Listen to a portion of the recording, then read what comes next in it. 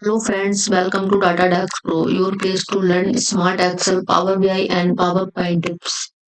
In today's video, I will show you 5 simple Excel shortcuts that will save your time and make your work faster.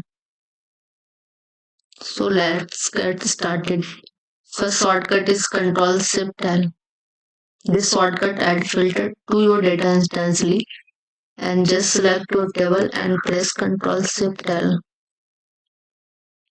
Now guys, you can see here filter successfully applied. And second one is Alt plus is equal to, and press Alt plus is equal to. This is the AutoSum shortcut. It quickly add number in a column or row. And third one is Control plus T. Press Control plus T and use this to turn your data into a table. It helps with formatting and analyzing your data. And fourth one is Control plus space. Press Control plus space. This select the entire column where your cursor is.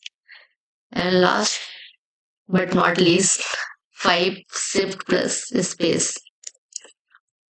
This select the entire row where your cursor is.